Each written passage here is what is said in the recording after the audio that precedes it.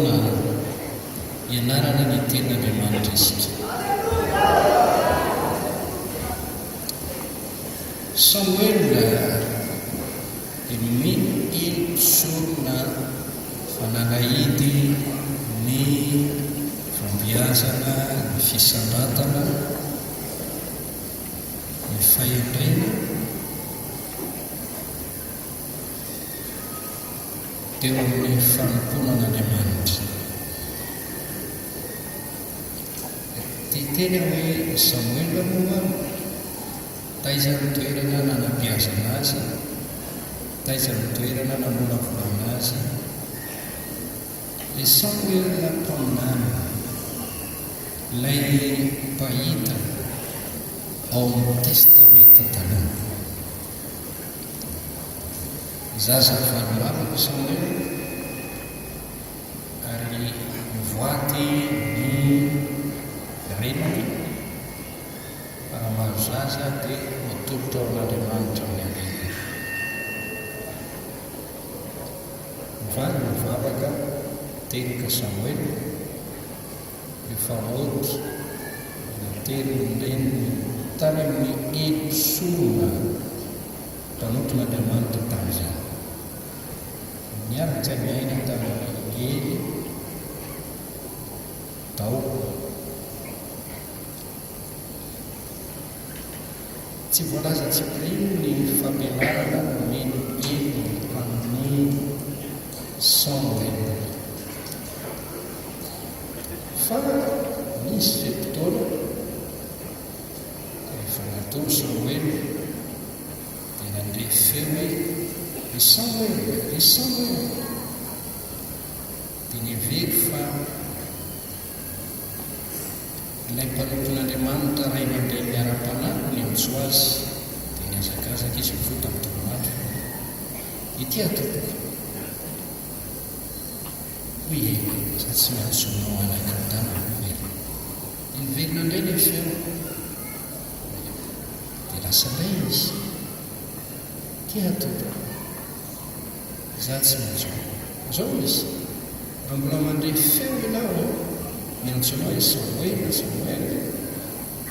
Dia mitenena hoe mitenena Jehovah fa miaino mpampona. Zay no fanalahidy nomeny Ely any Samuela.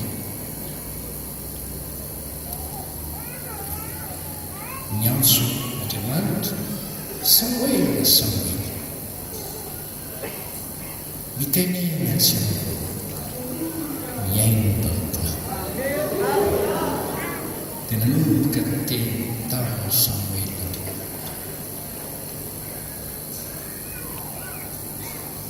Io no taridalana nomeny ny Elosona Samuela. Io no natonga azy mponina. Io no natonga azy mpitahika lehibe teo amin'Israely. Io no natonga azy mifanakaomeny ny nahatra no nampiasain'Andriamanitra tamin'ny aman'iny. Io no lalana tanatohatra amin'ny rano Samuela natonga azy nanana ositra mahagaga. Mitenena Jehovah fa miaino. Ny Baiboly dia milaza fa ny ten'Andriamanitra dia tsy misy natao Samuela raraka tany. Fantatra ary hita tsapa fa tonga mpaminan'Andriamanitra Samuela satria olona miaino ny feon'Andriamanitra. Ty taonana ao mba anaraka n'izany taridalana izany manana fahaizana miaino n'Andriamanitra. Andriamanitra no mitarika antsika fa tsy tsika no mitarika ny tenantsika. Tsy olombelona no mitarika antsika marina fa misy olona voatendry moa izany fa ny tena marina Andriamanitra no mitarika antsika. Ary ny lalany fitarian'andriamanitra antsika dia amin'ny alalana teniny izay omeny antsika. Ao amin'ny teniny Andriamanitra no manome saina ho ampianatra antsika hitasoa manolo antsika ny lalana tokony hoalentsika. Fa nino ny tongotro sy fanazavana ny lalako ny teninao. Ny mpino ara-panahy rehetra dia te-andre an'Andriamanitra miteny aminy. Alleluia.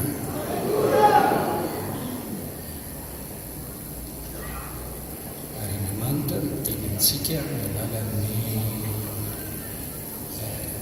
fitaovana hita maso ny mpanompon'Andriamanitra. Hianatra ny tenin'Andriamanitra isika afatra manandanja tokoa ty ampanako amin'ity ary afatra lehibe. Tsy misy faminaniana avy tamin'ny sitrapon'ny olona, fa ny faminaniana dia avy amin'ny fanahy masina Andriamanitra, ary ny mpaminany dia miteny arak'izay nampitenena ny fanahy masina Andriamanitra azy. Fa na inona eritreretinao hoe tsy azo sakanana ianao izay zavatra tianao eritreretana, fa aminay toviteny dia tenin'i Kristy. Fa misy miteny hoe fahaizana io hoe ireo tsy manan-kabary aminao zany. Izay dia manety tena mivavaka mangataka ny inona tianao orenesin'ny fiangonana. Mivavaka mangataka famirapo, mangataka famelan-keloka mba tsy ilozan'Andriamanitra isika, Andriamanitra no mitarika antsika amin'ny alalan'ny fanahana. Dia raina ny tompo. Izay ampianarina eto dia teny ampianarina ny fanahy masina. Isaorana ny tompony ametsika fotoana ianarana ny tenin'Andriamanitra. Dia mialatsiny sahady aho ho an'ny mpino teto Korondrano fa misy fandraisany amin'ny zavatra lazaiko lany teo, ny zavatra ambarako androany. Dia tian'Andriamanitra mba horeniny namantsika ilay nambara teto tamin'ady voalohany. Dia raina ny tompo. Afaka itsika ho ny Galatiana 5:5-7,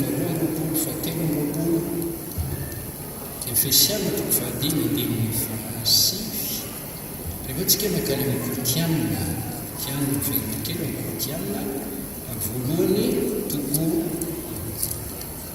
2:7-8, Galatiana 5:5-8, fa ny vokatry ny fanahy kosa dia fitiavana, fifaliana, fiadanana, fahabo, famorabana, fahatsarana, finoana, fanemepana, fahononako, tsy misy lalàna miloatra izany.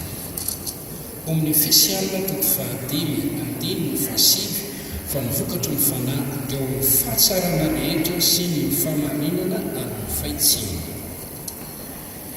Koritianina voalohany 2:10-13, nefa mandray fatratra ny fanomezana tsara indrindra, ka dia ny lalana tsara indrindra no atoroko anareo. 2:7-10. Na dia miteny amin'ny fitenin'ny olona sy ny anjela aza kanefa tsy manana fitiavana, dia tonga varahana maneno sy kipansona mikamantsana. Ary na dia manana ny fanomezan'ny fanomaniana aza, ary mahafantatra ny zava-miafina rehetra sy ny fahalalana rehetra, ary na dia manana ny finoana rehetra aza, ka mafindra telombohatra kanefa tsy manana fitiavana, dia tsinitsinina ary na dia omeko mahanana ny mahanitra aza ny fananako rehetra ary na dia torotroodorana azy ny tenako kanefa tsy manana fitiavana dia tsy mahasoakory izany. Ny fitiavana marapo sady mora fanahy, ny fitiavana tsy miana, tsy mirena, tsy mihebo, tsy manao izay tsy mendrika, tsy mitady ny azy, tsy morasosotra, tsy misaina azy, tsy mifaly miheloka, mifaly ny famarinana kosa, miaritra ny zavatra rehetra, mino ny zavatra rehetra, manantena ny zavatra rehetra, maharitra ny zavatra rehetra. Ny fitiavana tsy horekina manakizay, raha ny faminaniana dia olevina, na ny fiteny tsy fantatra dia hitsapatra, na ny fahalalana dia hofona. Fa somotsolo ny fananantsika ary somotsolo ny fananantsika. Rehefa tonga ny tanteraka dia tsy somotsolo ny tsolo. Fombola zaza aho dia ny teny toy ny zaza, ny hevitra toy ny zaza, ny saina toy ny zaza. Fa noho ny efa lehibe aho dia mariko ny fahazazako. Fa kehitriny izahay no fitaratra isika ka tsy mahita mazava, fa rahatr'izay dia mifanatrika. Ankehitriny ampahany ny fantatra, fa rahatr'izay dia fantatra toy izay nahafantarana aho. Ary ankehitriny ireto telo reto ny toetra, ny finoana, ny fanantenana, ny fitiavana. Fa ny fitiavana no lehibe indrindra amin'io. Toko fefatra ny folo andiny voalohany tapany voalohany, mizany hitady ny fitiavana. Izay ianarantsika dia singa iray ao anatin'ny vokatry ny fanamasina. Alleloia. Dia ilay voambara hoe fitiavana. Voalohany vokatry ny fanahy masina eo amin'ny Galatiana toko 5:4 dia fitiavana. Mijerentsika misy kokoa ny manodidina ny fitiavana io. Ho fakafakaitsika tsara. Dia raina ny tompo. Ny fotoana ho mandeha dia mandeha dia rahavelan'ny tompo sitrapon'Andriamanitra izay tsy voalaza ny maraina dia tombara ny marefa. Mba ho feno ny zavatra izay voaraintsika. Misy teloka telo resahana amintsika ao anatin'izany. Voalohany ny mombamomba ny ilay fitiavana vokariny fanamasina araka ny voasoratra amin'ny Galatiana toko 5:4 io. Ny faharoa ny fomba andraisana izany. Fahatelo teny manendry tohevitra mahasoa ho amin'ny endry. Tokony atao manoloana ny teny jerentsika. Ho an'izay fanandre dia mahatsara mama ny teny velona. Izaho mangataka amin'Andriamanitra hitondra soa ny tsiraray avy ny ity ten'Andriamanitra ity. Halleluia. Voambara amin'ny Galatiana toko 5:4 fa ny vokatry ny fanahy kosa dia fitiavana.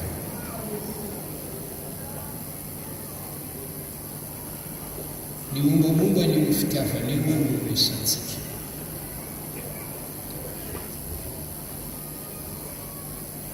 Ity misy fanazavana mamaikamamilo.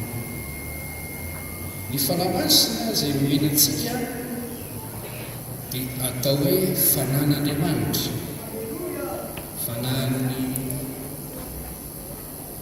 Jesosy Kristy zanak'Andriamanitra.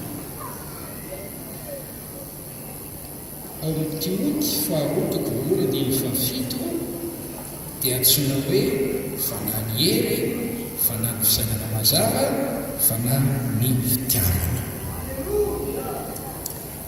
Fanany hery, fanany fisainana mazava. Any amin'Isaia fanany fahazavan-tsaina. Dia raha Andriamanitra ny amin'izay.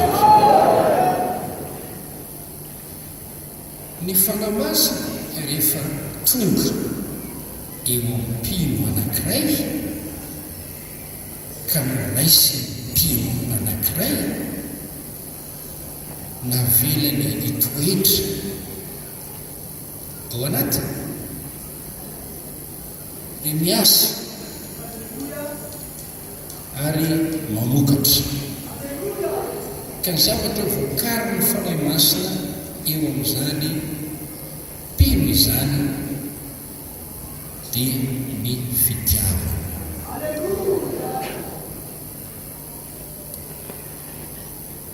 Ny mpino rehetra izay manana ny fanahy masina miasa ao aminy dia tokony anam-pitiavana. Raha misy miteny hoe mandray ny fanahy masina aho, manana ny fanahy masina aho, vita batisa ny fanahy masina aho, feno ny fanahy masina aho, manana fanomezam-pahasoavana avy amin'ny fanahy masina aho, tarihan'ny fanahy masina aho, dia tokony ahitana ny vokatry ny fanahy masina atao hoe fitiavana. Ny fiangonana pentekôtista, ny fiangonana izay mino ny fanahy masina ary miankina sy metehitra amin'ny fanahy masina dia tokony fiangonana manam-pitiavana.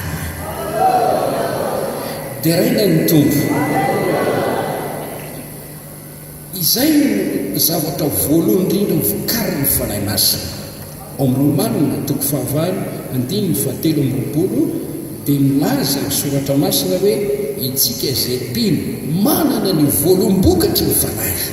Voalombokatra ny fanahy, inona hoe io voalombokatra entin'ny fanahy masina io? Dia ny fitiavana.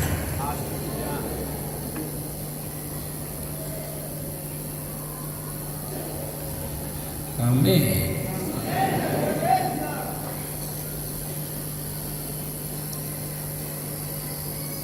Fantatra amin'ny vonony ny azo, ny vonony no ahafantarana azy. Aza mino ny fanahy rehetra fa izao toetra ny fanahy na avy amin'Andriamanitra na tsy, ahoana no hamantarana azy? Fantatra amin'ny vonony ny azo. Ny any afantarantsika hoe fanahy masina ity tonga ity, fanahy masina ity miseho ity, fanahy masina ity miasa ity, dia mampiseho miariary ny vokany. Voalohany dia ny fitiavana. Tia metraka fanontaniana aho ary tia mivaly ny fanontaniana. Inona no azo ambara momba ity fitiavana vokatry ny fanahy masina ity? Dia hoy aho hoe toy izao no azo ambara araka ny fampianaran'ny fanahy masina antsika. Voalohany, tsy tahaka ny fitiavana voajanahary misy amin'ny voary rehetra izy ity. Ny Baiboly dia miresaka fa misy izany atao hoe fitiavana voajanahary izany. Romanina toko 1:9 dia miresaka hoe tsy manana fitiavana voajanahary, tsy manana mpitiavana voajanahary izy. Timoty 2:7 raha miresaka ny toetry ny olona amin'ny andro farany io andiny soratra masina io, ary Paoly miteny manao hoe fa aoko fantatrao zao any amparany dia isy andro mahory ny olona ho tia tena, tia vola, mpandoka-tena, mpiavolavo, mpanao blasfémie, tsy manova esireny, tsy misaotra, tsy masina, tsy manana fitiavana voajanahary, tsy mahatoky mpanendrikendrika, tsy mahonom-polo lozabe, mankala zay tsara, mpamadika krina, mpiabebo, tia ny fafinaretana, mihoatra ny fitiavan'Andriamanitra, manana ny endrika ny toe-mpanaraka an'Andriamanitra nefa mandany heriny, reny koa dia anavio. Ndiny ny fahatelo tapany voalohany, tsy manana fitiavana voajanahary. Ny fitiavana voajanahary dia zava-misy eo amin'ny voary rehetra mananaina izay nataon'Andriamanitra, na amin'ny biby na amin'ny olona.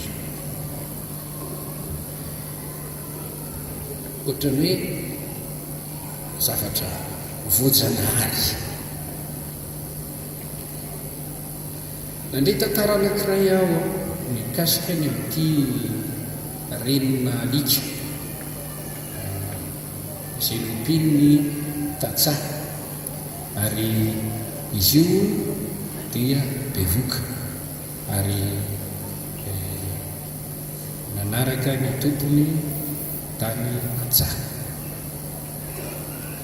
teraka tany atsà ilay renina alika ary efa teraka tany atsà dia teraka maromaro ihany ny zanany no tateriny n'ilay zanany ho any amin'ny tranony tompony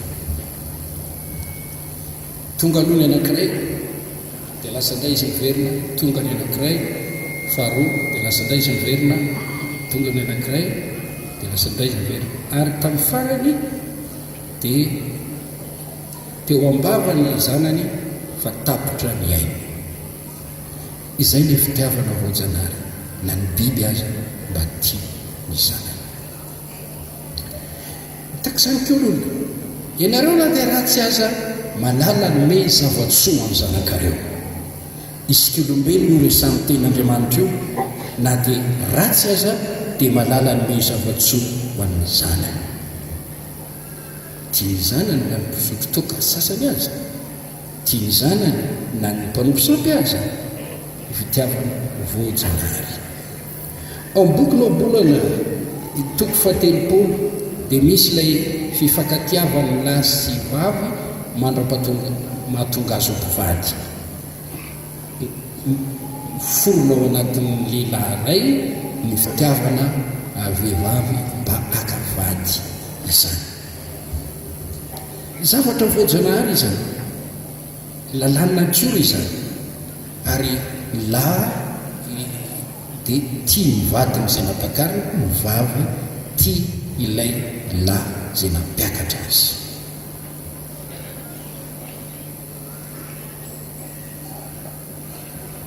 misy ihany ny tsy manana ity fitiavana voajanahary ity satria tena simba tanteraka ny sainy ny fony sy ny fanahiny ary zay hoe samy soratra masony hoe tsy manana fitiavana voajanahary tsy misy fitiavana zanaka tsy misy fitiavana vady tsy misy fitiavana ao anatiny ao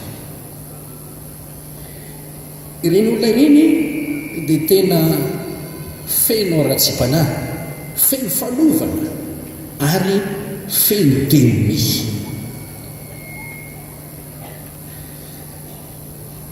raha ohatra hoe tsy manam-pitiavana voajanahary ianao a dia ianao ilay tena olona feno falovana indrindra mangataka amin'Andriamanitra isika mba hovonjen'Andriamanitra ho afaka amin'ny ratsy rehetra ianao mba hialina ny faratsiana dia ho tonga ao anatinao a ny fitiavana na dia ilay fitiavana voajanahary fotsiny ihany azy misy ilay fitiavana voajanahary fa izy ity indray dia miara-dalana amin'ny fitiavan-teny tiako satria tia tiako satria manome azo zao izany no iorenany ny fitiavako azy tsy tanteraka ny fitiavana voajanahary mora levina koa izy io ary tsy maharitra tonenina ny fitiavana voajanahary dia mora levina mora miovaova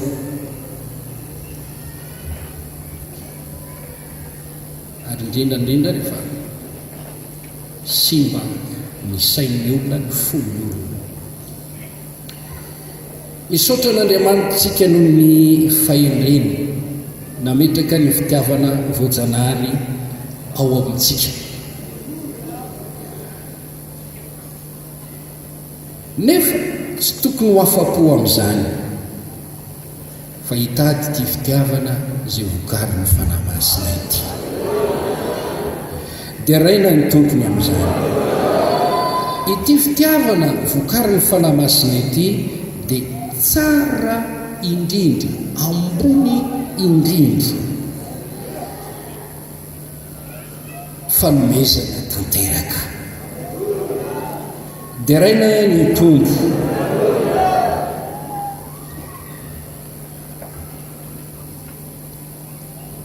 tompo mamindrafo amiko mehoany ny fitiavana voajanahary nefa diovy sy fotsio amin'ny ranao izany ary mehoany fananao masina mba hiasa atao amiko anome le fitiavana tanteraka. Ny fitiavana vokarin'ny fanahy masina dia fitiavana mitovy amin'ny fitiavana Andriamanitra ray antsika olombelona. Ao amin'ny Jaona 1:9-9 ireo andinin'ireo dia miresaka apahana teny hoe Andriamanitra dia fitiavana. Andriamanitra dia fitiavana. Dia rao Andriamanitra namizy lazaina hoe fitiavana Andriamanitra, tena izy ny manana ilay fitiavana tapitrohatra tsy misy toa izany. Ao amin'ny Romanina 5:5 dia milaza io teny io hoe ny fitiavan'Andriamanitra natosaka ao am-pontsika tamin'ny alalan'ny fanahy masina izay nomena antsika. Natosaka taka ny rano atondraka izany ao anatin'ny fotsika. Le fotsika mahantra tsy mahay mity dia nampidinana fitiavana magaga dia le fitiavan'Andriamanitra ao anaty.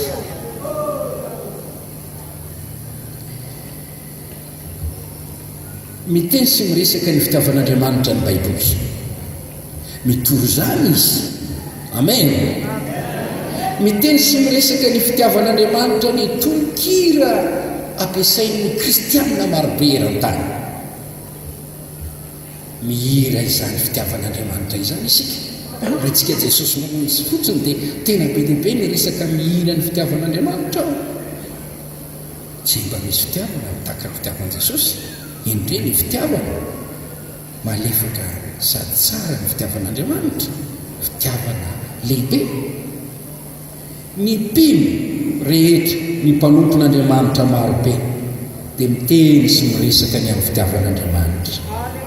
Matsapa izany fitiavan'Andriamanitra izany. Ozy hoe inona mampisaraka antsika amin'ny fitiavan'i Kristy, loza mosary hoe fanenjena hoe tsisy ampisaraka antsika amin'ny fitiavan'Andriamanitra. Satria fitiavana mamapo, fitiavana tena mandresy lavitra ny fitiavan'Andriamanitra. Ry havana, dinio sy avero ity fitiavan'Andriamanitra ity, fa tsara sady mahafinaritra indrindra. Ny bokin'ny Genesis izay mitantara namoronan'Andriamanitra ny olombelona dia nanao antsika tahaka ny endriny izy. Midika izany hoe hitovy endrika aminy na hitovy toetra aminy. Sy mba loloota ny fiainany olona. Novonjen'Andriamanitra tamin'ny fahasoavany anefa isika. Ny fahasoavan'Andriamanitra no nanao fanovana ny fiainantsika mba hitovy endrika aminy indray.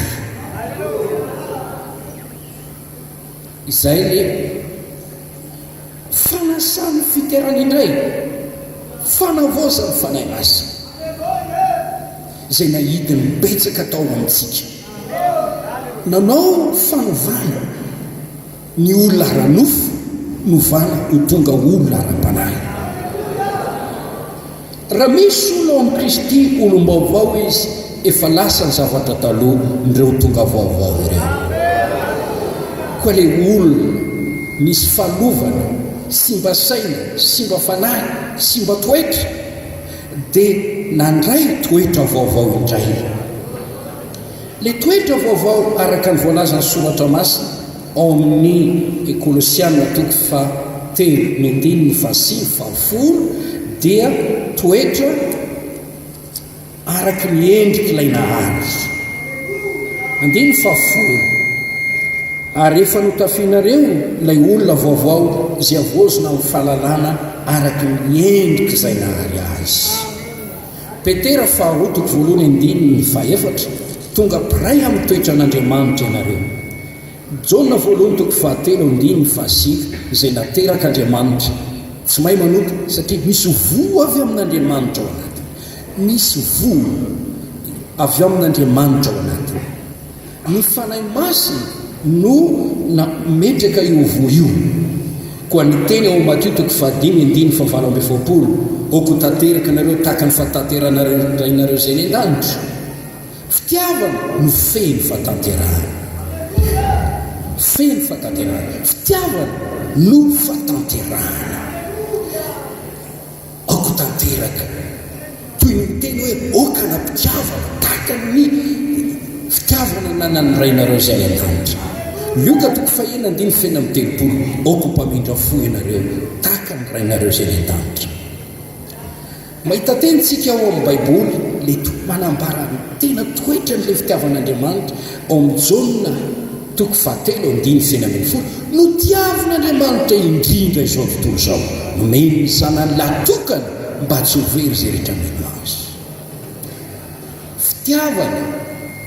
Fitiavan'Andriamanitra misy fahafoizana izay zavatra tsara indrindra taminy. Zanany latokana izay tsy nananany firy no natolony ho antsika. Amin'ny Timoty voalohany toko faharoa andiny fahaefatra, Andriamanitra tia ny olona rehetra ho vonjena. Petera faharoa toko fahatelo andiny fahazelo, tsy tia ny hisy verina iray azy. Ilay fitiavan'Andriamanitra dia manana tanjona anome antsika zavatra tsara indrindra, dia tsika izay tsy mendrika izany fitiavana izany. I Jaona dia niteny endremana ahoana ny fitiavana nasiony ray amantsika, dia niantsona antsika hoe zanak'Andriamanitra ary zany tokoa isika. Jaona voalohany toko fahatelo andiny voalohany sy faha. Ny fitiavan'Andriamanitra dia manana tanjona anome mpamonjy ho antsika, ary ny fanataony zany amonjy ny fanatsika tsy ho very, zany ny tanjona. Efesiana toko fahadimy andiny voalohany, koa amin'izany oka nahaka an'Andriamanitra ianareo tahaka ny zanaka manana. Jesosy niteny, ny zanaka tsy manao na inona na inona fa hita ny ataon'ny ray no atao. Ry havako, lehibe ty asa ataon'ny fanahy masina ity, izay mamorona na mametraka ilay fitiavan'Andriamanitra ao anatin'ny fotsika. Lasa manam-pitiavana isika tahaka ilay fitiavan'Andriamanitra. Ao venao fa ny vokatry ny fanahy kosa dia fitiavana. Fitiavana manahoana? Fitiavana tahaka n'inona? Tahaka ny fitiavan'Andriamanitra. Raha tonga ao anatintsika io dia manjary mibaiko antsika sy manery antsika ity fanan'olona ary ianao izay fomba rehetra amin'izay azy. Misy rahantsika manao hoe move ny tsara indrindra no nomeko, firy ny fanahy voataonako any tompo. Marahatra angamba izao ny fony tompo fa tsy ampy ny fitiavana. Fitiavana vokariny ny fanahy masina dia mametraka ao anatinao izay mino ny fitiavan'Andriamanitra.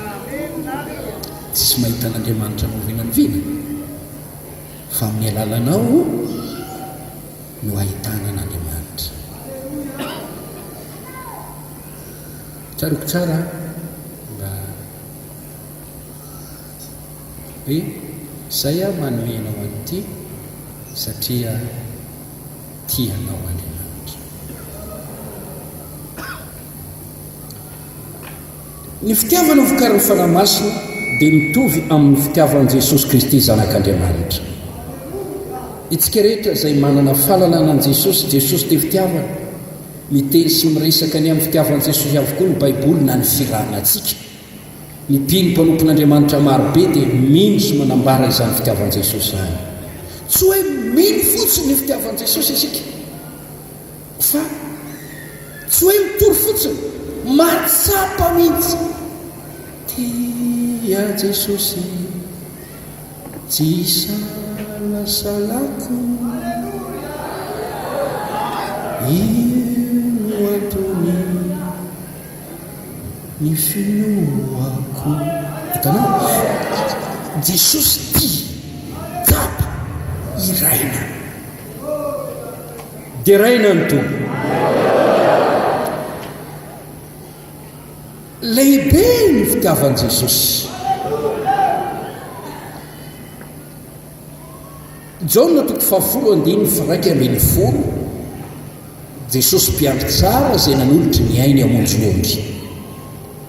Jaona 8:13 tsy misy manana fitiavana lehibe noho izao teny manolotra ny ainy amonjy sakay izany. Fitiavana manolotra ainy amonjy. Paoly ny teny Galatiana 2:20 vao miaraka amin'ny Kristy amin'ny azo fijaliana. Tsy izao tsy novely fa Kristy novelona atao anatiko izay velomako amin'ny finoana ankehitriny, dia velomako amin'ny finoana ny zanak'Andriamanitra. Zay tia ka nanolotra ny tenany amonjy ahy. Fitiavana manolo teny, fitiavana manolotra ainy. Jaona 1:7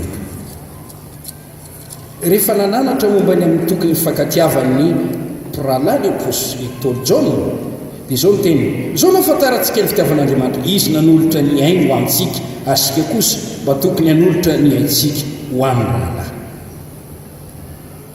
Jaona 1:4 io andiny io dia miteny manao tia antsika taloha izy dia nio servero sainsainy ny fitiavan'i Jesosy ianao. Nanahoana ny asan'izany fitiavan'i Jesosy ianao izany? Ny sirama afinaritra ny fitiavan'i Jesosy no mitady ahy ny namerena ny atao anatin'ny ovalany. Fitiavan'i Jesosy ondrona ny aho nefa no tadiavo naveriny ao anatin'ny vala. Dia rao Andriamanitra ny amin'izany. Raha iresaka atsika ny toepon'i Jesosy izay feno famorapo miteny famorapony sitrana. Lehibe ny fitiavan'Andriamanitra. Ny ranomasina raha nahita ny tanànan'i Jerosalema torabato ny mpaminana namono izay ny rano eo aminy. Impirany tanàngony nanao takafom-bany renako ny zanany eo ambany elany fa tsy mety ianao. Nijery any tanàna dia nitomany izy. Ranomasim-pitiavana. Zany ty anasoanao fa ianao tsy nety. Za te karakaranao takandrenako hiaronao zany fa ianao tsy nety. Miafina masonao no momba ny fiadanana. Isoloza amin'izao anao dia nitomany izy. Manambara ny fitiavana izany. Angamba ho lany andro raha iresaka ny sorona nataony, nanaiky nokapohana, nanaiky nampijalijalina, nanaiky ny pampy ny azo fijaliana, nanaiky nombona mifaty teo ambony azo fijaliana. Ho takalontsika sika rehetra nanitaka ny ondry ary nahatra amin'izao fa taminy avokoa ny tambom-pahotana tokony hiatra tamintsika. Fitiavan'i Jesosy izay azo lazaina matoy izao. Amin'ny Efesiana 4:7-7 dia tokony fantatrareo ny atsaka sy avy ny fitiavan'i Jesosy, alala n'izany fitiavan'i Jesosy zany. Fitiavan'i Jesosy dia madio. Fitiavan'i Jesosy tsy tamin'ny teny fotsiny. Fitiavan'i Jesosy tsy misy fiatsaram-belatsy. Fitiavana miaraka tamin'ny porofo nanolotraina ary nalohany ny vidiny mba hasoatsika sy tsy mendrika akory. Dia rao Andriamanitra n'izany.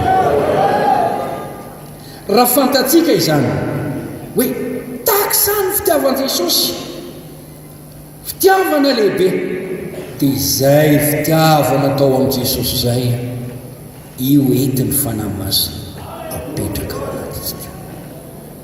Dia rao Andriamanitra n'izany. Dia rao ny tompony amin'izany. Halleluja.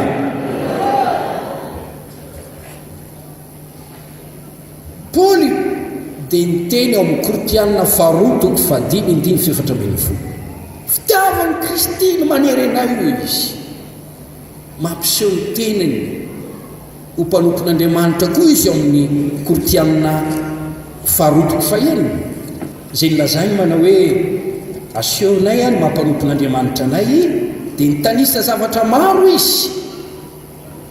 5 amin'ny fahadiovana, amin'ny fahalalana, amin'ny faharopolo, amin'ny famorapanahy, amin'ny fanahy masina, amin'ny fitiavana tsy mety tsara velatsy.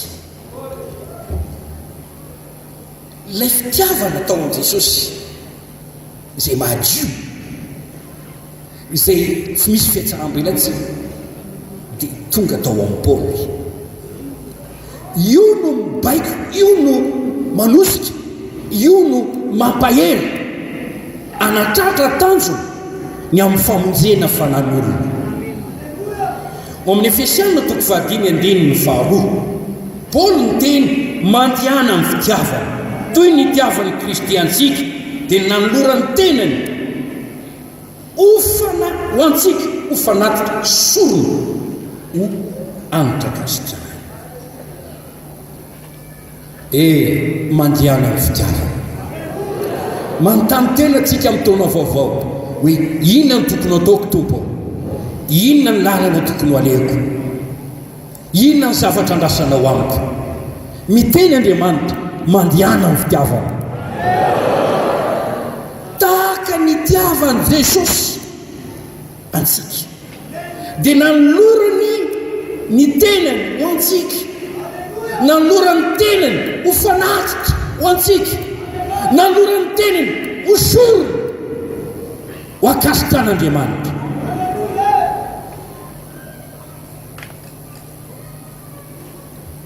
Tadio izao ny fitiavana vokariny fanahy masina dia mitovy amin'ilay fitiavany Jesosy.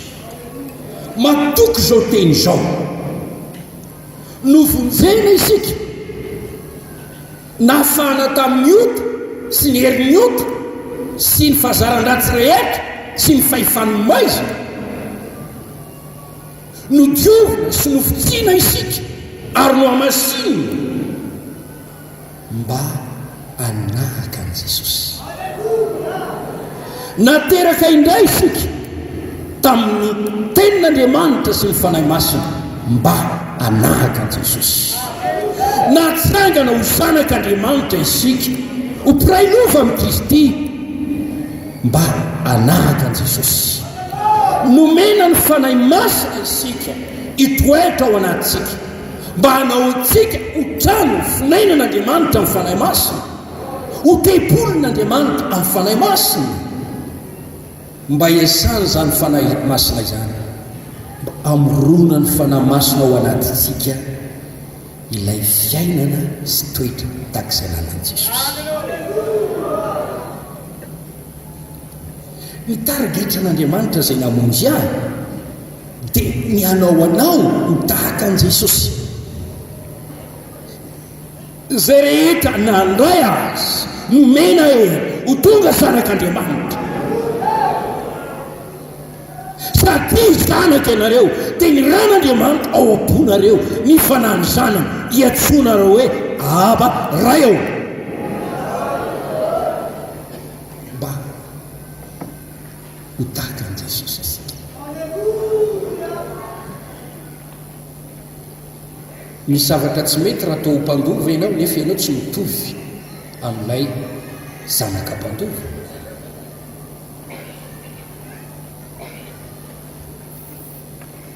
Romanina 9:7-8 izao no voasoratra izay fantany raha teo no nitendreny miloko hitovy endrika amin'ny zanany mba ho lamato amin'ny raha maro izy, ary izay nitendreny miloko no natsony koa, ary amin'izay natsony no amarininy koa, ary izay no amarininy no nomeny voninahitra.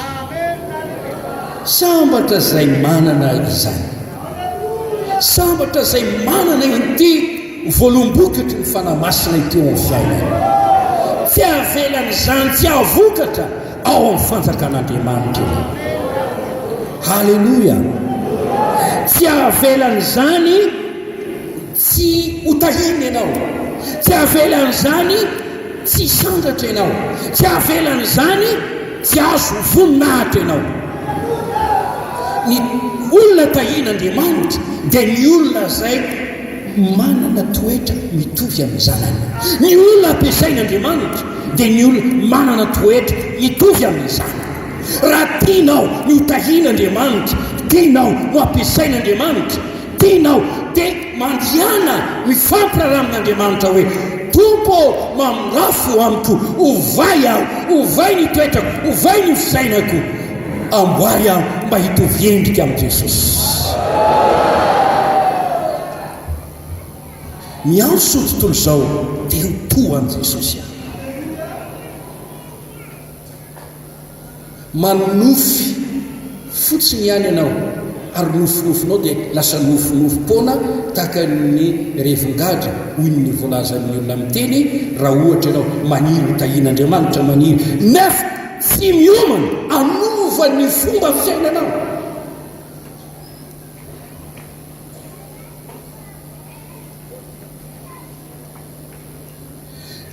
vokatry ny fanahy dia fitiavana. Tsy nomena fanahy osy isika na fanahy ny tahotra, fa fanahy ny hery, fanahy ny fitiavana, fanahy ny fisainana mazava.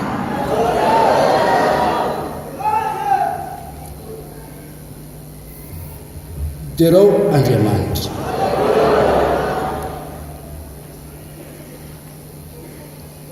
inona ny tokony atao amin'ny taona vaovao? Maniry mba ho tahaka an'i Jesosy.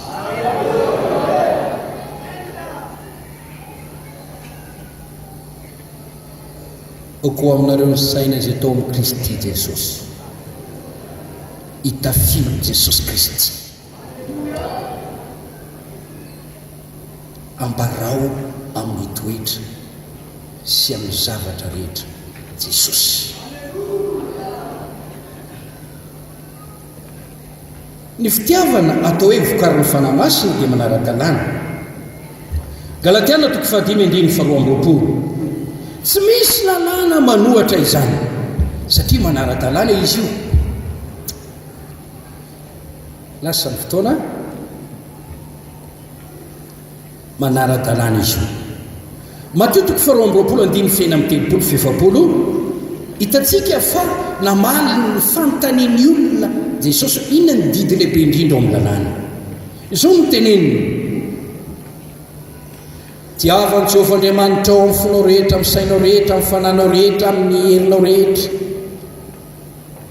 Izany ny didy voalohany, ary tiavany namanao tahaka ny tenenao. Jesosy miteny amin'ny toko sy ny dimy nambarako tamin'ny izany didy izany no hiantona ny lalàna rehetra sy ny mpaminany. Ao amin'ny Timoty voalohany toko voalohany 1:5 manana tanjona Andriamanitra nanometsika didiny. Iny tonga antsika ho tonga ao amin'ny fananana fitiavana avy amin'ny fahadiovam-po. Antony didy dia miteny izy hoe fitiavana avy amin'ny fo madio. Romanina 7:10 ny fitiavana ny fanatanterana ny lalàna. Kolosiana 7:4 ny fitiavana ny feno fatanterahana. Ny vokatry ny fanahy dia tsy manohatra ny didin'Andriamanitra na oviana na oviana, tsy manohatra ny lalàn'Andriamanitra. Raha etsehan'ilay fitiavan'Andriamanitra ianao dia etsehany izany ho amin'ny fakapoavana ny drafitr'Andriamanitra, ny sitrapon'Andriamanitra, ny fitarihan'Andriamanitra hatrany hatrany. Ny fitiavana avy amin'Andriamanitra tsy manohatra ny didin'Andriamanitra. Ny fanahy izay nomena antsika dia tsy hoe nomena mba hanovantsika olom-baovao fotsiny, fa nomena koa anoratra ny lalàn'Andriamanitra ho ao am-potsika sy ao anatiny saintsika. Soratako ao am-pony ny lalàko, ary rehefa mitenin'Andriamanitra no mitoetra betsaka ao amintsika dia manome fahendrena izany, miaro antsika tsy hanota izany, atao boky no reketako ny teninao mba tsy hamitako aminao. Mahery anareo zatovy, maharesy ilay ratsy ianareo satria ny tenin'andriamanitra mitoetra ao anatinareo. Jaona 9:17 fanahy maso fanahy ny famarina hitaridalana anareo amin'ny marina rehetra. Na ivily amin'ny akavianao na ivily amin'ny akavanana andre feo anao avy eo vonao hoe ity no lalana ka andiamina. Ezekiela 9:17 ataoko ao anatinareo ny fanahiko atonga anareo andeharaka ny didiko ny lalako ny fitsipoko anaraka izany. Manara-dalàna ny fitiavana vokarin'ny fanahy masina satria mahatonga anao ity izay no tian'Andriamanitra ho tianao. Halleloia. Tandrema fandrao voafitaka amin'ny tendiso. Avy amin'Andriamanitra ny fitiavana mifankaty izany efa vadin'olona le tianao. Andriamanitra miteny aza maka vadin'olona, aza mangalatra, ampidio any amin'ny tompony ilay zavatr'olona, aza mitsirika ny zavatry ny namanao. Fitiavana tsy miango, ny fitiavana tsy tiaino. Manara-dalàna ny fitiavana vokarin'ny fanahy masina mahatonga antsika ity izay asian'Andriamanitra tiantsika. Ao Matio izay teneniko tamin'ny 2:19 dia miresaka zavatra anankiroa. Voalohany fitiavana an'Andriamanitra amin'ny saina, ny hery, amin'ny forehetra, ny fanahy rehetra, fitiavana an'Andriamanitra izany. Faharoa fitiavana amana, fitiavana olona izany. Ndeo resitsika ilay fitiavana an'Andriamanitra, io ny voalohany. Raha fitiavana an'Andriamanitra ray dia resantsika mampianatra izay tokony atao ny amin'izany. Mankahalany ratsy ianareo izay tian'Andriamanitra, aza tia an'izao tontolo izao na ny zavatra eo amin'izao tontolo izao. Raha misy tia an'izao tontolo izao tsy ao anatin'ny fitiavana ny ray. Izay tian'Andriamanitra dia tia ny teniny, izay tian'Andriamanitra dia tia ny asany, izay tian'Andriamanitra dia tia ny tranony, izay tian'Andriamanitra dia tia ny olony, izay tian'Andriamanitra tia ny zanany, tia vavaka, tia dera n'Andriamanitra. Tia izay zavatra omen'Andriamanitra. Amin'ireo olona reo Andriamanitra dia tsara manankarena, ary izy dia pakasitraka n'Andriamanitra, midera n'Andriamanitra. Tsara ianao, tsara ianao, tsara ianao, tsy misy tsara tahaka anao. Halleluia. Miboboika ao anatin'ny fonony fiderana n'Andriamanitra, ty resaka amin'Andriamanitra mandrakariva izy, miteny tahaka ny mpanao salamo izy hoe tsy misy iriko ety ambony tany tahaka anao. Halleluia. Tiany Andriamanitra, fadiny mampalahelo an'Andriamanitra, fadiny ny manao izay mahatezitra an'Andriamanitra. Ny zavatra tanjony amin'ny fiainany no ilay fitiavany an'Andriamanitra. Inona no ataoko mba hampifaly an'Andriamanitra? Io fitiavana io no manome an'izay fahendrena izay manitsy ny fihetsem-potsika hietsika ho amin'ny fitiavana an'Andriamanitra. Mampiseho koa ny fitiavana an'i Jesosy. Fanaovana tsinitsinina amin'izao fiainana izao dia midika fitiavana an'i Jesosy. Ataoko taimboraka ny zavatra rehetra ny apôstôly no mifoarany fahalalana tsara an'i Jesosy Kristy. Natao mitsinitsinina izao fiainana izao. Eny fa na ny nofony aza nombony miaraka voaoma amin'ny Kristy amin'ny azo fijalianao. Tsy izao tsony no velona fa Kristy no velona atao anatiny. Fitiavana amin'ny fanahy masina, tsy manao fahotana amin'ny fanahy masina, tsy maka fanahy ny fanahy masina, tsy manohatra ny fanahy masina, tsy miteny ratsy ny fanahy masina, tsy maniratsira ny fanahy masina, tsy miodina ny fanahy masina, tsy mampalahelo ny fanahy masina, tsy mandainga ny fanahy masina. Mampiseho etaeta hoe fanahy masina avy tario aho tatano aho ilaiko anao manjaka amin'ny fiainao tiako ny fanahy masina ny olona tia ny fanahy masina dia manana an'ilay fitiavana iresakitsika ny fitiavana olona ao anatin'ity olona ity dia misy klasy voalohany indrindra ny tenanao alleloia baiboly miteny tiava ny namanao tahaka ny tenanao ara-dalana be ny fitiavanao ny tenanao fitiavana madio io no andanjanao a le fatra ny fitiavana tokony omeno ny hafa io no andrefesanao a ny resy ny fitiavana tokony hozarainao tiava ny namanao tahaka ny tenanao ary zay no mahatonga ny teny Jesosy hoe na inona na inona tianao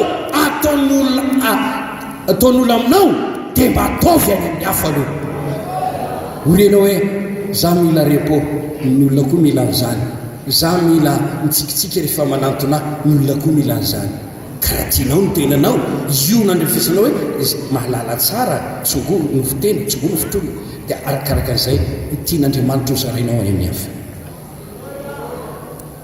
fitiavatena ratsy fitiavatena ny kamo mpianatra kamo zaza kamo fiadanany adala antonikanana azy fitiavatena ratsy kamo miasy tsy mitady vola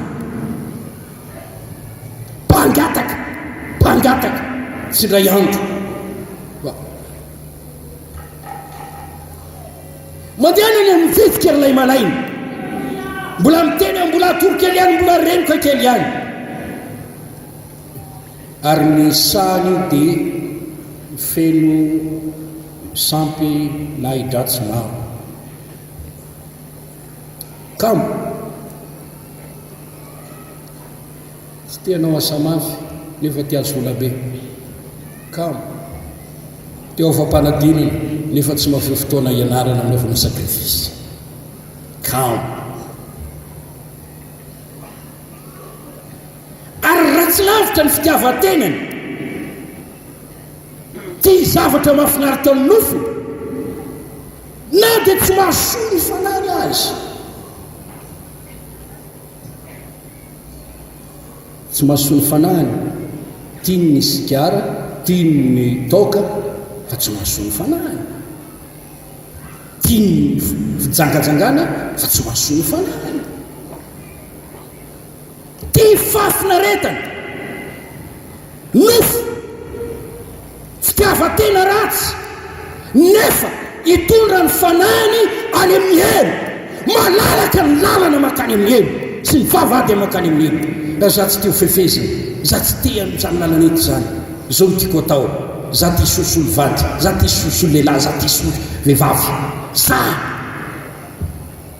mahafinaritra anao tokoa izany ataonao zavatra mahafinaritra ny velona amin'ny fafinaretana mandany fa izao hitondranao any amin'ny helo izany ilay mpanan-karena ao am-bokyny lioko no nara-pofatratra tamin'ny fafinaretana ny tafy tsara rehefa maty na lefina any amin'ny helo fitiavatena ratsy tsy misy fitsonjovana ny fiainana ara-panahy ary zay tonga olona maro any amin'ny helo fa ny tena fitiavanao ny fananao dia anao mieritreritra ny mandrak'izainao halleluia tiavo ny tenanao karakara ny fananao kolokoloy izay mahavelona anao halleluia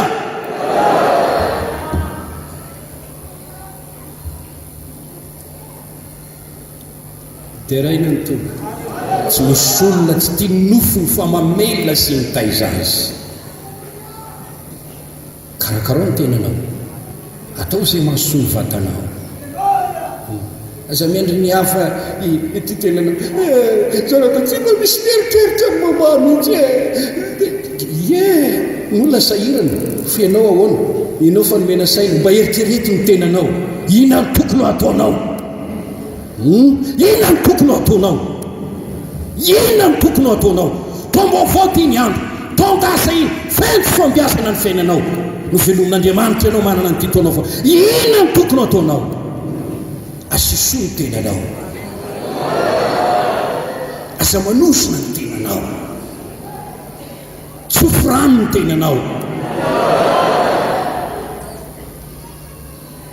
Faharoa, fitiavana akonana. Eto dia miresaka ny amin'ilay hoe akonana, ray sy reny, lehilahy akoty ny vadiny, vehivavy akoty ny vadiny, ny ray sy reny akoty ny zanany, zanaka akoty ny ray sy reny. Izay no didin'Andriamanitra. Ianao manana mpiasa, tiavo ny mpiasana. Ianao manana mpiray tam-po, tiavo ny havanao. Fitiava namana. Misy fahasamihafana ny hoe namana sy ny hoe havana.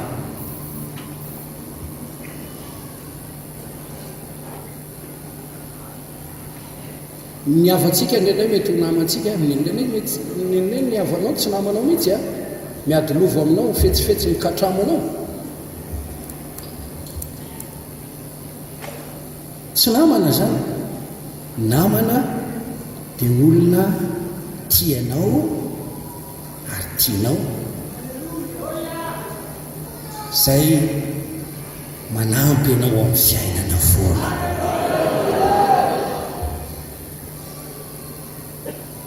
Ny tena sakay, ny tena namana dia tia amin'ny andro rehetra ary miseho rahalahy mamonjy amin'ny andro fahoriana. Ilaina io namana io. Ohatra hoe anabavy manana namana rahavavy, rahalahy manana namana rahalahy, olona afaka miara-mivavaka, afaka mifampizara ny manjoa. Ny soratra masina hoe rahalahy vo anao a dia arenina, raha mangatsika ianao a dia afanaina. Namana toy izany mety ho hitanao zany any anivon'ny fiarahamonina any, miara-mianatra, miara-miasa, fifanolobodirindrina, sisa. Indrindrandrindra moa ny tovolahy raha matsiaro irery izy mila namana anao fanekena, contrat mandramaty, dia mifidy anabavy anankiray ataony vady. Vadinao, namanao, vita fanekena taminao. Ilaina iteny namanao ianao. Ary ny Baiboly koa dia miresaka ny amin'ny fitiavana fahavalo. Hitanao fa Matthieu 5:4 tiavana fahavalonao. Romanina 2:10 faharoapolo, be dia be ao amin'ny Exodosy 7:20 ka hatramin'ny 15. Eo ny tena manana olana isika. Tsy vitatsika amin'ny hery ny tenantsika ny fitiavana toy izany. Ity ny fahavalo. Tsy haitsika fa izao fanahy masina mamonjy amin'ny fahalemena. Fantatsika ny fahalementsika, fa tsy haitsika ny mity izay manisy ratsy atsika, ny mity izay manenjika atsika. Ary noho izany tsy tanteraka ny tenin'Andriamanitra. Asisoa izay manosona anareo, mivavao an'izay manisy ratsy anareo, mivavao amin'izay Jesosy tsy haiko izany, tsy haiko izany, fa ny ainao dia manosona izay manisy ratsy anao. Rovinareny tompo mba hikapoka azy, rovingen'ny tompo mba hitsara azy, rovinangen'ny tompo mba hamelony fiainany. Ianao tsy izay no tenin'Andriamanitra. Asisoa izay manenjika anareo, reseo soa amin'ny ratsy. Tsy misy afa-tsy ny fitiavana vokarin'ny fanahy masina ihany no mametaka izany. Andriamanitra mampiseho ny fitiavana atsika. Fony mbola tsy nanan-kera isika dia maty Kristy tamin'ny fotoanany. Fony mbola fahavalo isika dia miasa Andriamanitra ny ampiavana antsika taminy. Tsy mendrika isika, ratsy isika, mpanota isika, nefa Andriamanitra tamin'ny fahendreny sy ny fitiavany tena nisoantsika. Tian'Andriamanitra iaina amin'izany fitiavana izany ny mpanaraka azy mpivavaka amin'ny fanahy sy ny fahamarinana rehetra.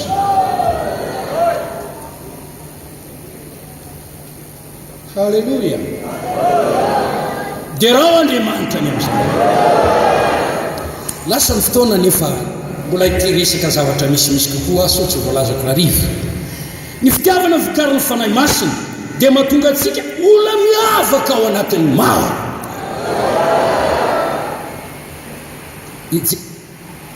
Atolotra anareo lehilahy anankiray izay hitako hoe miavaka, apôstôly Paoly. Lehilahin'Andriamanitra miteny sy miresaka momba ny fitiavana vokarin'ny fanahy masina izy io. Zaho mino fa fantany izay lazainy, nanana ny zavatra miteneniny. Ao amin'ny Korintiana 2:5-10 dia milaza hoe fitiavan'ny Kristy no manely azy. Ao amin'ny Korintiana 2:9-5 io zay mampiseho ny tenany koa mpanompon'Andriamanitra amin'ny fitiavana tsy mety tsara velantsika. Tsy Jaona ihany no apôstôlin'ny fitiavana, fa i Paoly ihany koa. Amen. Jereo anie ny fampianarana omeny ao amin'ny Korintiana, Korintiana 2:2-10, ny 9:1-3. Rehefa avy ny tanisa ireo fanomezam-pahasoavana ireo izy, izay fisoany fanahy mahasoa, io izay mandrivo fatratra sy fanomezana tsara indrindra. Ka dia lalana tsara indrindra no toroko anareo. Eto Paoly dia miresaka ny amin'ny hoe fitiavana, fanomezana tsara indrindra, lalana tsara indrindra. Izao ny teny nataony: na dia miteny amin'ny fitenin'ny olona sy ny anjela zaho, kanefa tsy manana fitiavana, dia tonga varana maneno sy mpantsona ny karantsana. Paoly dia niteny lesika fabangana lehibe ho andreo nandray fanomezam-panahy, miteny amin'ny fiteny tsy fantatra na miteny amin'ny fitenin'anjely rehefa tsao ny fitiavana. Na ireo omeny fanahy masina ny fitenenana miteny amin'ny fitenin'anjely, ny fitenin'ny lanitra, mivavaka amin'ny teny tsy fantatra, na dia fisoan'ny fanahy soa, nefa tsy misy fitiavana, dia hoy Jesosy manao hoe tahaka ny varana ny karantsana maneno fotsiny ahy. Maika moa fa ireo olona hoe za 12 langue, za mahay miteny espagnol, mahay miteny koreana, mahay miteny chinois, mahay miteny allemand, mahay miteny anglisy, mahay miteny frantsay. Dia raina izany manana fahaizana miteny izany ny fahaizana ny rotoviny, nefa avy amin'ny nofo izany. Dia ohatrany hoe zany ka nianatra, zany ka nianatra. Inona moa izany? Mahay miteny fotsiny ianao,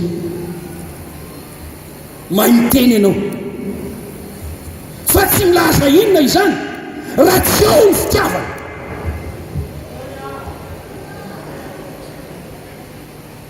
Hitatsika na dia manana ny fanomezan'ny faminaniana azy aho, ary mahafantatra zava-miafina lehibe izany. Faminaniana izany, fanomezam-pahasoavana mampandroso fiangonana, mahafantatra ny zava-miafina rehetra, ny teny fahalalana rehetra, manana finoana manao fahagagana, kanefa tsy manana fitiavana. Dia ahoana izy? Tsinitsinina aho, ory afako raha tsy manana mpitiavana ianao momba mpiombona amin'ny Paoly, fa ianao anie olona tsy misy tsinitsinina ianao, tsinitsinina aho raha tsy ao io fitiavana io. Na mpaminany azy, na manana finoana manao fahagagana takin'inona azy. Ary miteny Paoly, na dia omeko mahanana ny mahantra azy amin'ny fananako rehetra anaovako asa soa, zaraiko amin'ny manitra. Hoe ty tranoko ty amidy mba nampiko ny be antitra, ty tranoko ty amidy apiko ny kamboty, mitaiza satsak'amboty, mitaiza be antitra. Ity ity vola ty apambolako ty omeko an'ny école publique any atsahany satria mahantra ireo nofa aveo anao ireriana hoe zavatra hitondranao amin'ny fanaovana tsinitsinina ny fitondrany iny zavatra iny hitondranao ina koa zay foibeko ndranao volako tsy omeko any ireo jereo fapao raha zao ny fitiavana tsinitsinina izany natolotodorana aza ny tenako kanefa tsy manana fitiavana tsy mahasoa akory zany hitanao Paoly tena nyresaka momba ny fitiavana mihitsy tadiavany fitiavana izy ary rehefa nanao fampitany izy fa nomesa-pahasoavana rehetra hitsahatra avokoa fa ireto telo rehetra no mitoeky finoana fanantenana any an-danitra atsika mbola miasa ny finoana mila matoky an'Andriamanitra hatramin'ny farantsika mila mino zay lazain'Andriamanitra tsika na any azy ary ny amin'ny hoe fanantenana mila mbola mananki-po amin'Andriamanitra atsika any fa ny zavatra lehibe indrindra amin'ireo dia ny fitiavana miasa mitady fitiavana halleluja halleluja arena sarobidy tiako no tadiavinao amin'izao fendroan'ny-taona izao dia ny fitiavana vokaro ny fanahy masina renao zay tsy manana fahadiovam-po miasa mitady fitiavana move manan-kalahatra isika raha milasa ny fahatsarany fitiavana apôstôly Paoly ny fitiavana maro-po ao ve izany ny fitiavana morafanahy ao ve izany famorapanahy izany fitiavana tsy mialina matetika ity fialonana ity nampidosany Abela raha lany kaina tsy nahazaka ny fisandratany kaina dia tonga mpamono ny rahalahy ary nampitoroteny aza ny alery fa mitany namany mampiasain'Andriamanitra misandratra amin'ny fiainany raha tokony hiara-ny faly amin'io dia lasa ratsy fijery fitiavana manimba ny fitiavana ratsy fa fitiavana madio dia tsy mialina fialonana nanimba ny zao fialonana nanimba ny fariseo natongan'izy ireo fahavalon'i Jesosy fitiavana tsy mialina esory zany raha misy aminao hoy amin'ny teny hoe esory zany raha misy aminao esory zany raha misy aminao mangata amin'Andriamanitra mba tsy ho ao aminao zany fialonana izany dia ray miaty mpitoroteny ny anankiray moraka ny olona manao aleloia ny anankiray tsy misy aleloia dia manomboka fahafahafa tsy mahampiotsonana anao aleloia ny olona na tsy anao aleloia tafita ny tenin'Andriamanitra halleluja hoy ny tety tamin'ny toroteny talohan'ny alady alohan'ny krismasy tena tsy misy aleloia mihitsy paster otsy manino miafatra tafitany ihany mahafinaritra izay tsy toroteny mpangataka aleloia misy zany mideran'Andriamanitra tsy misy zany halleluja misatra an'Andriamanitra miafatra voatoro ny tiako misy za dia mba tia anaratra aza dia mba mitaky aleloia PDP halleluja averena halleluja halleluja halleluja force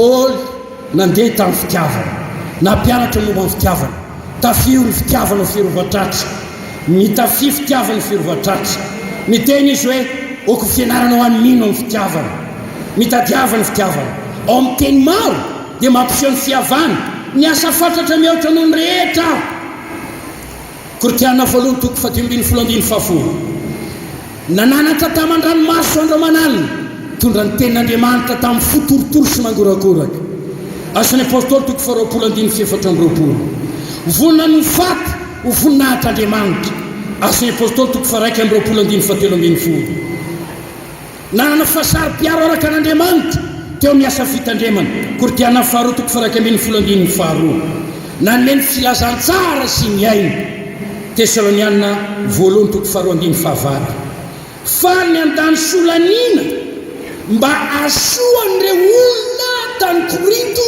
zay tsapany fa niemotra tamin'ny fitiavana azy miena ny fitiavanareo ao izy.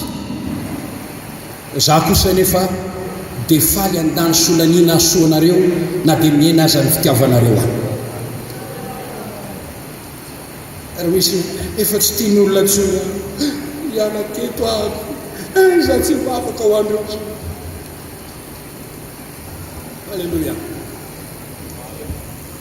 Za tsy mafaka ho andreo tsony.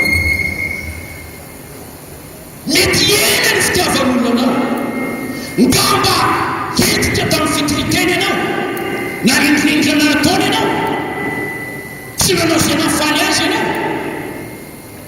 nandrarasy tsy hanambady amin'ny vadin'olona, na tsy nanao ny mariazy atao am-piangonana satria tsy nitandro famasinana izy.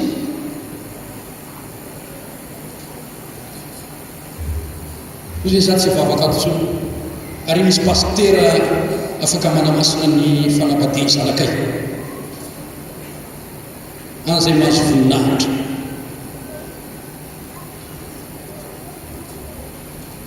Mety ena ny fitiavan'olona fa Paoly nitombo ny fitiavany amin'ireo, faly aho ny andany solaniana ho anareo. Halleluja. Dia raha Andriamanitra any amin'izany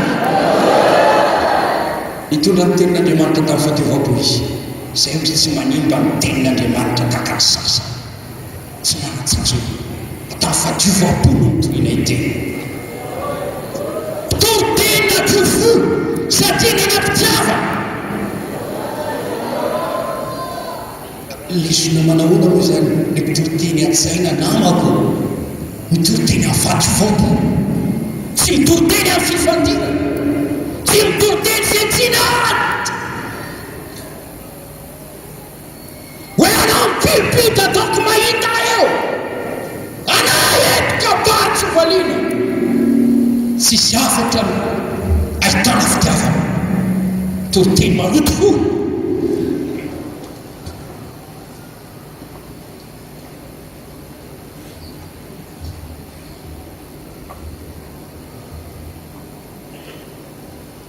Paul mitory-teny natofo. Halleluja.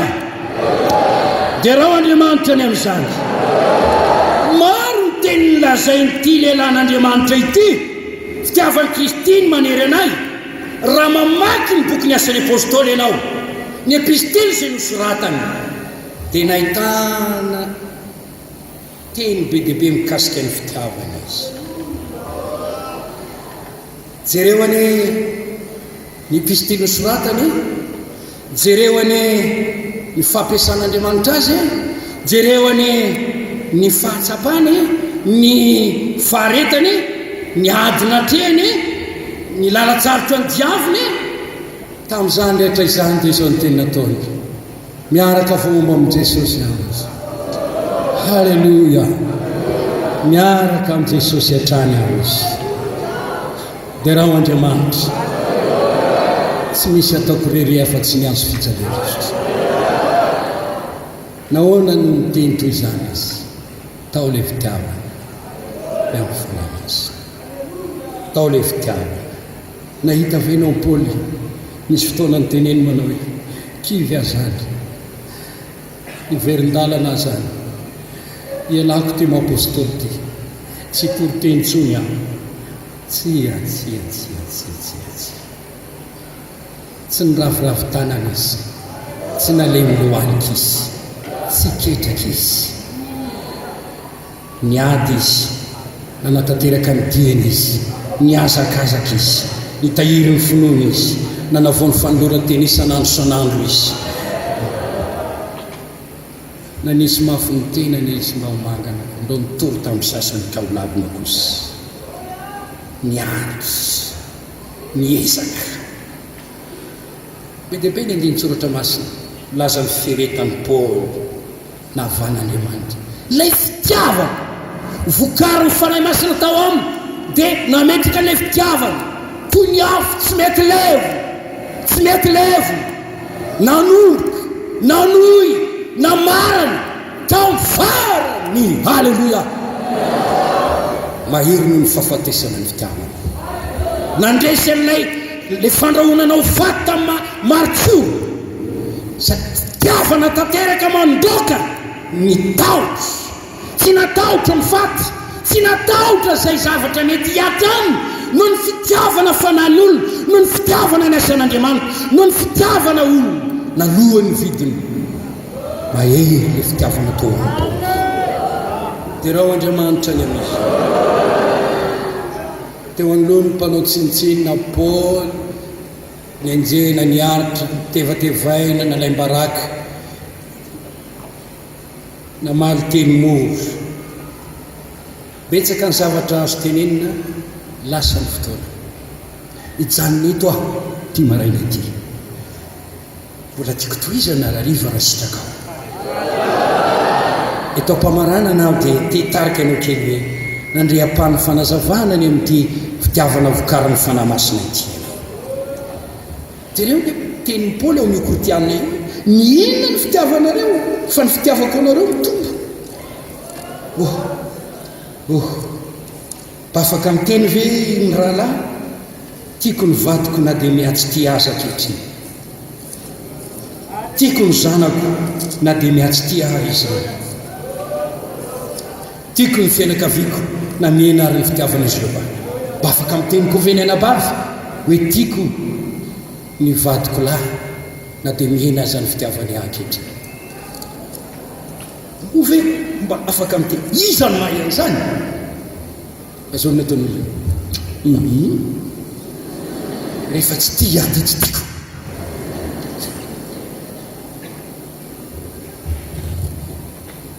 rehefa tsy tia aty tsy tiako rehefa manome lamosina dia omeko lamosina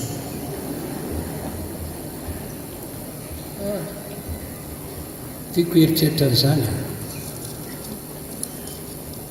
dia reo Koritiana faharoa toko fahatelo ambin'ny folo toko faharoa ambin'ny folo andiny fadimy folo miara mamaky tsika rehetra ary zao dia faly indrindra andany solanina ho anareo na dia araka ny fitombon'ny fitiavako anareo aza no fiainany fitiavanareo azy miaina ny fitiavana ny any leto ny any savona ny any Paoly ny amavesatra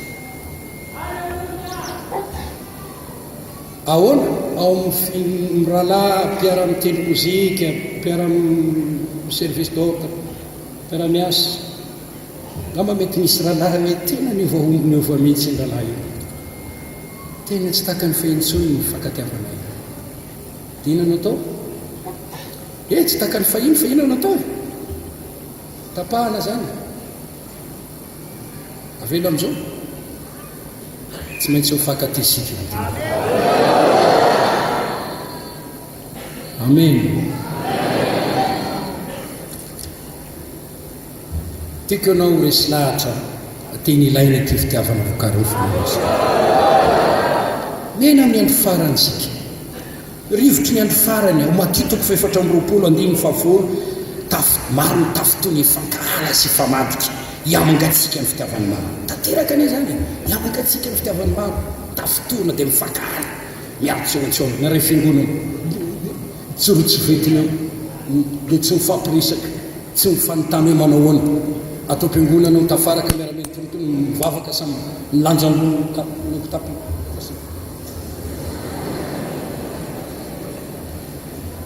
zany ve ny nampianarin'Andriamanitra zany ve ny zavatra nitezainy ny tenin'Andriamanitra atsika tsy mahita vahaolana afa-tsy zany fiavina vonana izany ve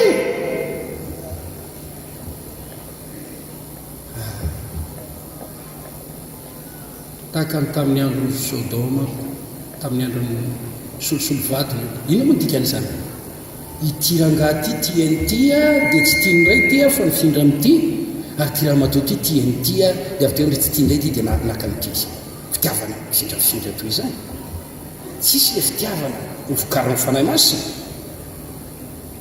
ary manontany any aparany miala amin'ny finoana ny olona manontolo fo ty zavatra firy ny olona moa amin'ny any farany ty teny ty vola ty fafinareta mety ny fitiavan'Andriamanitra izany izy misaotra an'Andriamanitra sika fa mitatana anao izy nandritra ny taona 7 ambin'ny folo am'roa reny na nisy aza ny aretina mafy namindra fony tompo nosotrany ianao ko avelonaina takizonizy tao niady zay natrenao tamin'ny fitombeny 12 nivoako mpandraisy ianao tratra ny titonyty ihany za dia mahafantatra farana nanao jery todika ny lasa ianao dia hitanao a ny zavatra tokony ahitsy tokony alamina amin'ity taona ity mampiatra vina vaovaondray nentin'Andriamanitra ianao a ary misantratra ty taona vaovao ity ary miteny aminao Andriamanitra amin'ny alalany ity mpanompo tsy mahasoty hoe ity ny lalana kandiano raiso ny fitiavana vokary ny fanahy masina. Halleluja. Aza vela overy izany, aza vela hiaisitra izany, aza vela hofaty izany, mangata amin'Andriamanitra mba hirihitra izany fitiavana vokary ny fanahy masina. Dia raha Andriamanitra ny amin'izay. Halleluja. Fototra ity fitiavana vokary ny fanahy masina. Satria ny tenin'Andriamanitra dia milaza ny finoana miasa amin'ny fitiavana, ataovy ny zavatra rehetra amin'ny fitiavana, mandihana amin'ny fitiavana. Dia raha Andriamanitra betsaka ny olana eo amin'ny tenanao manokana fa rehefa dininao iny a dia ianao mahantra amin'ny fitiavana ny tena fototra. Ty tena loatra ianao dia mitady fitiavana amin'ny hafa fa ianao tsy mba manome fitiavana. Io ny olana dia ho ajaina loatra ianao fa tsy mba mahaja ny hafa, dia io ny olanao. Tsy fantatrao fa le finao mihitsy no marary manana aretina noho ny tsy fanananao fitiavana, dia lasa manana olana ianao, lasa misain-dratsy ianao, mieriteri-datsy ianao. Fa mampandresy ianao ny tompo amin'ity taona ity raha raisinao ny fitiavana. Dia raina ny tompo isolanao amin'ny tokantrano. Inona ny tena fototra? Tsy fampipitiavana. Mety ilay rainy tsy manana, mety ilay reniny tsy manana, mety ilay zanaka ny tsy manana. Ditanao dia didraka lava, olona mifampikerikerina lava, tsy mba misy feo mahafinaritra na feo mozika mihirahira na eo amboniny latabatra aza dia motomototra, vao mifonga raina dia motomototra, mandihy tsy misy fantatra zay aleny, tonga tsy mila fanontaniana, tonga dia mitsilailainy eny ambony fandriana.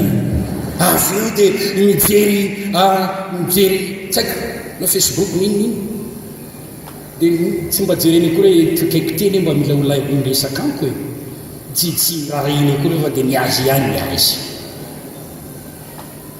Maninona ka ianao daty?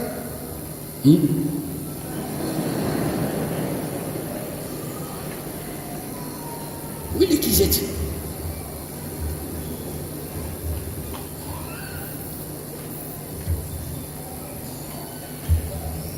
mba indreo tsara fa tsy omeko vary fitanana laoka, tsy omeko vary reo, tsy omeko laoka.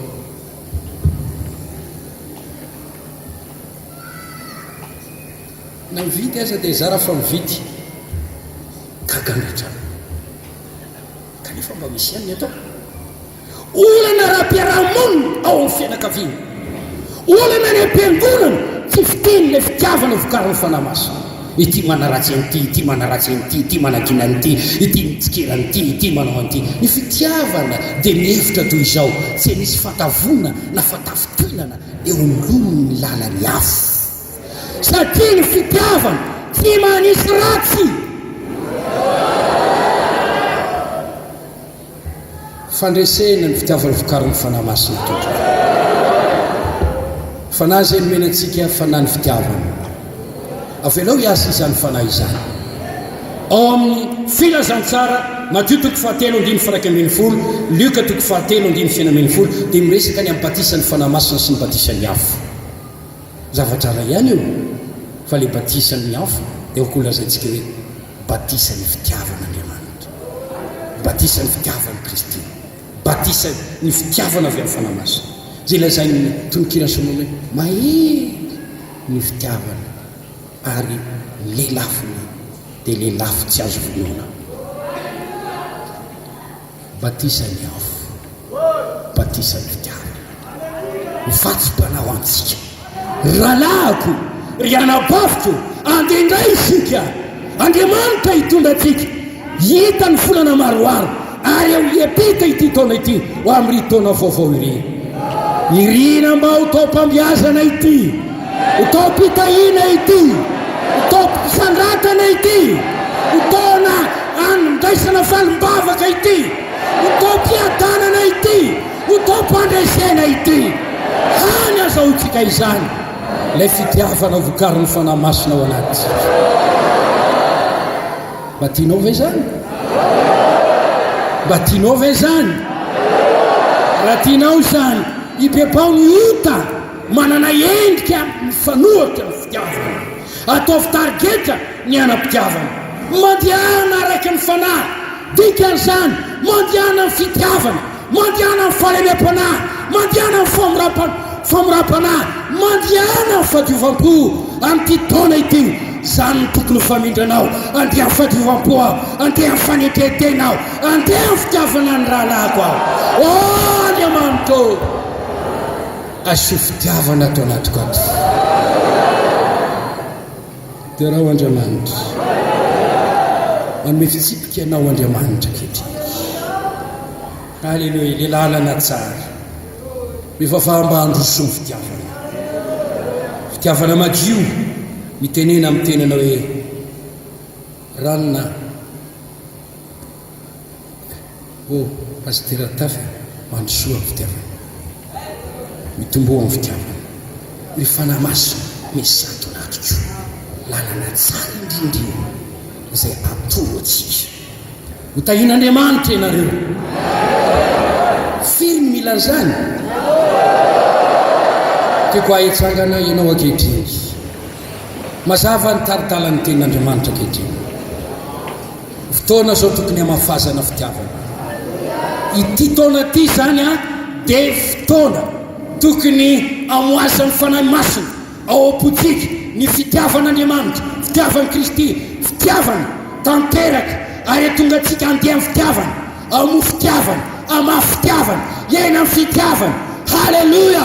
Ary amin'izay zay teo be fitiavana dia mandefitra, mamela elika, mamindra fo, manao soa, mandraka riva. Halleluia! Halleluia!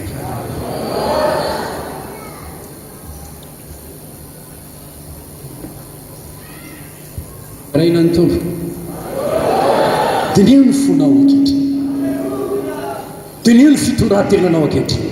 Inona no misy ao anatinao ao? Inona no misy ao tokantranonao ao? Moa misy fitiavana ve? Tia-pandresenao Andriamanitra. Teto nisy rahalahy anankiray izay tsy fantatro nato izy, nanantona azy rehefa nirava ny février. Pastera, vao anao izy, tsy hoe maninona azy afady rahalahy azy atao manafotoana raha tantaraka eto anomesana. Zara lahy ho anahy mihitsy ilay toro-teny teo, efa tapa-kevitra mihitsy ay saraka amin'ny serina, androandro alohanay dia saraka mivadika. Fa tsy ataoko tsondray zany izy, tsy ataoko zany. Mangataka ao mba hitombo ny fankatiavany mpivady. Hitarian'Andriamanitra nareo zany, tsy ho fasakana ny fivavahanareo. Halleluia! Hitombo ny fankatiavany akonany, hitombo ny fankatiavantsika samitsika. Toeritsika ny devolo, roatsika izy amin'ny anaran'i Jesosy, roatsika izy, mampiditra velony, roatsika izy, roatsika izy, toeritsika izy. Halleluia! Zay mitady animbatsika ampiadantsika, roatsika izy, fanamasina ny tadiavintsika, ary avelantsika hiasa malalaka eo amin'ny fiainantsika. Jesosy mpanao lalana, totsika zay irezy.